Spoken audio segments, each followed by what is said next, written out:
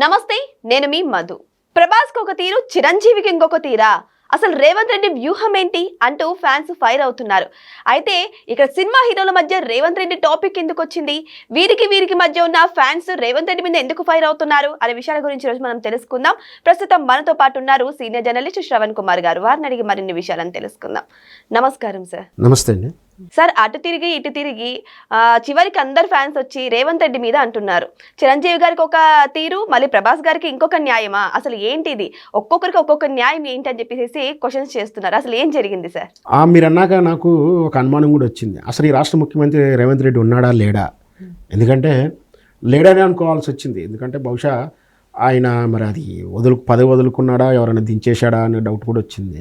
ఆయన గతంలో మన అసెంబ్లీ సాక్షిగా చెప్పాడు, నేను ముఖ్యమంత్రిగా ఉన్న రోజులు సినిమా ధరలు పెంచడం కానీ బెనిఫిట్ షోడ్ ఇవ్వనని చెప్పేసి అదేదో మంగమ్మ శబ్దమో ఏదో టైప్లో చేశాడు కదా. సో సినిమా టికెట్లు ఆ తర్వాత సినిమా ధరలు పెరుగుతూనే ఉన్నాయి, బెనిఫిట్ షో పర్మిషన్ వస్తూనే ఉన్నాయి. ఒకరోజు ఇటు అంటే ముఖ్యమంత్రికి లేడేమో అని అనుమానం వచ్చింది. చూస్తే ఇదంతా రేవంత్ రెడ్డి ధోరణి అలవాటు తెలిసిన వాళ్ళు ఆయన నోటికి ఇంకా దేనికి తేడా లేనట్టుగా మాట్లాడుతుంటాడు. ఆయన మాట్లాడేది ఒకటి, చేసేది ఒకటి, అహంకారంగా మాట్లాడే భాష విధానం అన్నీ చూస్తున్నాం. కాబట్టి ఆయన అనడం కన్నా ఊరుకోవడం బెటర్ అనిపిస్తుంది సహజంగా. ఎందుకంటే ఆయన వీడియోలు కూడా చూడడం మానేశాను నేను, ఎందుకంటే అంత అసహ్యంగా అనిపిస్తుంటాయి ఆయన భాషా ధోరణి కానీ నిర్ణయాలు కానీ. సరే, అది వ్యక్తిగత విషయం అయినప్పటికీ సినిమా విషయంలో నిజంగా ఇప్పుడు సోషల్ మీడియా జరుగుతున్న తీరు ప్రకారం చూస్తే మాత్రం వాస్తవం అనిపిస్తుంది. సినిమా రంగాన్ని తన గుప్పెట్లో పెట్టుకోవాలని ప్రయత్నం చేయడం, అది కేసీఆర్కి అరే ఆ రోజు ఆంధ్ర వాళ్ళు సినిమా వాళ్ళని విమర్శించినటువంటి ఆంధ్ర పీపుల్స్ లీడింగ్ ఉన్న ఇండస్ట్రీ మొత్తం కేసీఆర్కు చాలా సన్నిహితంగా ఉన్నారు, నాకెందుకు దాసోహం అవ్వట్లేరు అనుకుంటున్నాడు. కానీ రేవంత్ రెడ్డి తెలుసుకోవాల్సింది అంటే ఏదైనా ప్రేమతో జయించాలి, బెదిరిస్తే రాదు. మనకు తెలుసు అన్నదమ్ముల కథ. మంచి ఊర్లో వస్తుంటే అంటే అందరూ కూడా ఊర్లో అన్నని అంటే ఫాలో అయ్యి అన్నకి ఎందుకు పేరు వస్తుందని ఒక కథ కూడా ఉండేది.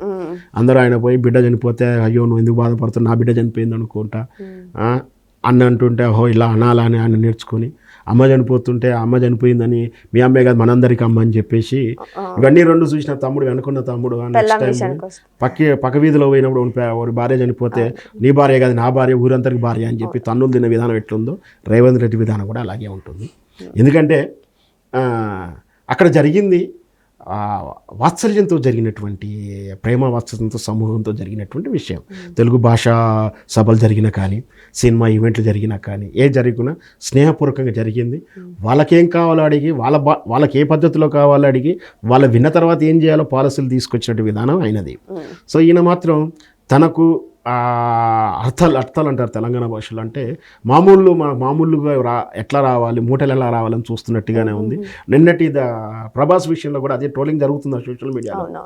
ప్రభాస్ వ్యక్తిగతంగా ఫోన్ చేసి రిక్వెస్ట్ చేయలేదు కాబట్టి ఆ ఆర్డర్ అంతా కూడా, అంటే ఇవ్వాల్సిన ఆర్డర్ కూడా పర్మిషన్స్ కూడా లేట్గా ఇచ్చారు. ప్రభాస్ ఫోన్ వచ్చేంత వరకు వెయిట్ చేసి చివరికి లేట్ అవర్స్ 1 hour 2 hours ముందులో ఆర్డర్ రిలీజ్ చేశారు. కోర్టు ఆర్డర్ ఉన్నప్పుడు కూడా డిలే చేశారు. మనం చూసాం అల్లు అర్జున్ బెయిల్ విషయంలో కూడా చూసాం. ఆయనే స్పష్టంగా చెప్పాడు, వాళ్ళు ఇష్టం అనుకుంటున్నారా ఆర్డర్ ఇది కోర్టు టైం తర్వాత తీసుకుపోయి బయటికి పోదాం అనుకుంటారా, నేను పోనీయలేదు అంటున్నాడు. ఎన్ని చూడలేదు, ఎన్ని వ్యవహారం చూడలేదు, ఆయన ఏ టైంలో బయటికి వెళ్ళాడు, ఏ టైంలో లోపలికి వచ్చాడు, అవన్నీ రికార్డులో ఉన్నాయి, అవన్నీ లేనేది కాదు. సో మొత్తం మీద రేవంత్ రెడ్డి గారు సినిమా పరిశ్రమని గుప్పెట్లో పెట్టుకోవాలని చూసుకోవడం, తనను దాసోహం అన్న వాళ్ళని కానీ తనకు ఉపయోగపడతారు, ఉపయోగించుకోవచ్చు, ఉపయోగపడింది అనిపించినప్పుడు వాళ్ళకు మేలు జరగడానికి. ఎందుకంటే స్పష్టం నిన్న జరిగిన దానిలో ఇంత కాంట్రస్ వెంటనే తెల్లారే ఈ సినిమాకు చిరంజీవి సినిమాకి ఇవ్వకూడదన్న ఉద్దేశం కాదు, అక్కడ చూపించిన చొరవ ఇక్కడ ఎందుకు చూపించలేకపోయారనేది అభిమానులు స్పష్టంగా అర్థమవుతుంది. ఇదే విధానం కొనసాగితే మాత్రం రాబోయే రోజుల్లో ఎన్నికల సమయానికి మాత్రం అంతా సినీ పరిశ్రమ కూడా ఇప్పుడు చాలా అసహనంగా ఉంది ఆయన మీద. ఎందుకంటే అన్ని విషయాల్లో చూస్తూ ఉన్నాం.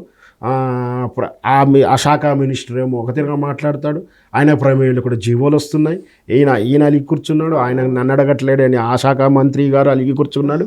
ఇక్కడికి వెళ్తున్నాము షాడో మా పోర్ట్ఫోలియో నడుస్తూ ఉంది. ఇవన్నీ దృష్టి అన్నీ అబ్జర్వ్ చేస్తున్నామని ప్రజలు. సో రాబోయే ఎన్నికలు మాత్రం దీని మూల్యం మాత్రం రేవంత్ రెడ్డి గారు చెల్లిస్తాడని చెప్పొచ్చు. ఇంకొక విషయం ఏంటంటే సార్, ఇక్కడ ప్రభాస్ సినిమా రేట్ల పెరుగుదలకైతే పర్మిషన్ ఇవ్వలేదు, కానీ ఇప్పుడు చిరంజీవి సినిమాకైతే రేట్ల పెరుగుదలకి పర్మిషన్ ఇచ్చారు రేవంత్ రెడ్డి గారు. తీరా చూస్తుంటే చిరంజీవి గారికి కానీ రేవంత్ రెడ్డి గారికి కానీ పర్సనల్గా ఏమైనా టచ్ ఉంటుందా అని కొన్ని క్వశ్చన్స్ వస్తున్నాయి. ఇంకోటి ఏంటంటే మొన్న జరిగినటువంటి జూబ్లీ హిల్స్ ఉప ఎన్నికలకు ముందు కూడా వీళ్ళిద్దరు మీట్ అవ్వడం జరిగింది, చిరంజీవి గారు అండ్ రేవంత్ రెడ్డి గారు. సో దీన్ని బట్టి చూస్తుంటే వీరి సాన్నిహిత్యం కోసం ఎంతైనా చేస్తారా అన్న కొన్ని క్వశ్చన్స్ కూడా రైజ్ అవుతున్నాయి. మరి దీన్ని ఎలా తీసుకోవాలంటారు? ఖచ్చితంగా మనం నేను చెప్తున్నాను, ఇక్కడ కాంగ్రెస్ పేరుకే అయిన రేవంత్ రెడ్డి కాంగ్రెస్ కానీ ఆయన ఎన్డీఏ కూటమిలో భాగస్వామిగానే వ్యక్తిగతంగా వ్యవహరిస్తాడని చెప్పి జనసేనతో కానీ బీజేపీతో కానీ చాలా సాన్నిహిత సంబంధాలు ఉన్నాయి. తమ్ముడు పవన్ కళ్యాణ్ ద్వారా కావచ్చు, ఏదైనా కావచ్చు, మొత్తం మీద చిరంజీవితోటి రాజకీయ లబ్ధి కానీ పర్సనల్ లబ్ధి కానీ ఏదో రకంగా సరే అలా ఆశీస్సులు తీసుకోవడానికి అన్నీ ఆయన రాజకీయ ఎత్తుగడలు ఉన్నాయి. రాజకీయ ఎత్తుగడలు చేసుకోండి, తప్పేం లేదు. కానీ నువ్వు చిరంజీవి సినిమా ధరలు ఎందుకు పెంచావని అడగట్లేదు ప్రజలు. ఇప్పుడు ప్రభాస్ సినిమా ఏం తప్పు చేసింది, ప్రభాస్ ఏం తప్పు చేశాడని అడుగుతున్నారు. అక్కడ కోర్టు ఆర్డర్ ఉన్నప్పటికీ కూడా నువ్వు చేసిన డిలే విధానం అన్నీ కూడా చూస్తున్నారు. ప్రభాస్కు నీలాంటి అంటే ఈ రేవంత్ రెడ్డి వంటి ఈ చిల్లర టెక్నిక్స్ చాలా సింపుల్. ఎందుకంటే ప్రభాస్ ప్యాన్ వరల్డ్ స్టార్. వాళ్ళు వ్యక్తిగతంగా ఆయన ఫ్యామిలీ కానీ ఆయన చరిత్ర కానీ ఆ రాజుల చరిత్ర చూసుకున్నా ఆయనకు రేంజ్ వేరు, రేవంత్ రెడ్డి రేంజ్ వేరు. వ్యక్తిగతంగా తీసుకున్నా కూడా సరే వ్యక్తిగత ప్రతిష్టలు కావచ్చు అవి, కానీ ఆయన ఇట్లాంటి వాటిని కేర్ కూడా చేయడు నాకు తెలిసి. కాకపోతే ప్రభాస్ ఫ్యాన్స్ అభిమానులు మాత్రం బాధపడుతున్నాడు ఇష్టమే. ఇట్లా ఒక స్టాటిస్ట్ వారి వ్యవస్థలో ఉన్నటువంటి ప్రతినిధిగా ఉన్నటువంటి వ్యక్తి ఇట్లాంటి తప్పులు చేయకూడదు వాస్తవానికి. అది మరి మనం చూస్తున్నాం రాజకీయ వ్యవస్థ ఏ విధంగా భ్రష్టు పట్టిందో. రేవంత్ రెడ్డి వచ్చిన తర్వాత బూతులు కూడా శాసనసభలో మాట్లాడవచ్చు అనే ఒక విధానాన్ని ప్రవేశపెట్టిన విధానం చూస్తున్నాం. ఇక అంతకన్నా మనం చేసేది ఏం లేదు. నిజానికైతే సినిమాకి రాజకీయాలకి సంబంధం లేదు అని అంటారు కదా సార్, మరి ఇప్పుడు ప్రభాస్ సినిమాని కావాలని టార్గెట్ ప్రకారమే కలెక్షన్స్ తగ్గాలని పర్మిషన్స్ ఇవ్వలేదంటారా? నిజంగా అయితే రేవంత్ రెడ్డికి ఆ సినిమా కలెక్షన్ తగ్గాలను, ఆ సినిమా ఫ్లాప్ కావాలని ఉంటుందని నేను అనుకోను. కేవలం తనని శరణం చోరాలి, లేదా దాని బ్రీఫ్ కేస్ రూపంలో బెనిఫిట్ జరగాలి, లేకపోతే ఆయన ప్రమేయంతో స్నేహం వల్ల రాజకీయంగా లబ్ధి పొందాలి, అట్లా ఉండాలి, ఆయనకు ప్రతిష్ట పెరగాలని చూసుకుంటాడే తప్పించి సినిమా మీద ఆయనకి ఏమో లాభం వచ్చినా నష్టం వచ్చినా ఆయనకి ఏమో అక్కర్లేదు. నా ఉద్దేశం అయితే వాళ్ళు వచ్చి ఈయనని శరణ్ కోరలేదు, ఈయనను అడగలేదు, ఇలా పర్సంటేజ్ ఏదైనా ముట్ట చెప్పలేదేమో, దానివల్ల ఇలా జరిగి ఉండొచ్చు అని అనుకుంటున్నాను.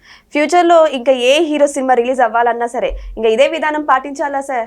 ఫోన్ చేసి పర్మిషన్స్ అడిగి అదే సమయం అట్లాంటి సిచ్యువేషన్ ఇంకా కొనసాగితే మాత్రం సినిమా పరిశ్రమ ఈజీగా ఈ తెలంగాణ హైదరాబాద్ ప్రాంతం నుంచి వలస వెళ్ళడం అనేది గ్యారంటీ. వాస్తవానికి అయితే ఇక్కడ ఉన్నటువంటి చాలా పాజిటివ్నెస్ కోసం ఇక్కడ ఉండడానికి అంటే అమరావతిలో కానీ విశాఖపట్నం వెళ్ళడానికి వాళ్ళు ఎంత ప్రోత్సహాలు ఇస్తానా కూడా వెళ్ళాలని అనిపించినా కూడా వాస్తవానికి వెళ్ళలేకపోయారు. ఎందుకంటే ఇక్కడ సెటిల్ అవ్వడం ఒకటి, ఇక్కడ ఉన్న ఇన్ఫ్రాస్ట్రక్చర్ విధానం వేరు, అప్పుడు ఇక్కడ ఉన్నటువంటి ఒక గ్యారంటీ ఎస్యూరిటీ ఉన్నటువంటి ప్రభుత్వం ఉండడం, దానివల్ల వెళ్ళాలని ఆలోచన రాలే. కానీ ఇట్లాంటి బలహీన క్షణాలు ఇంకా ఇట్లాగా కొనసాగితే మాత్రం రేపు పొద్దున ఏ అవకాశం వచ్చినా ఖచ్చితంగా ఈ బ్లాక్ మెయిల్ రాజకీయాలకు దూరంగా వెళ్ళడానికి సినీ పరిశ్రమ వెనకాడదని ఉద్దేశం.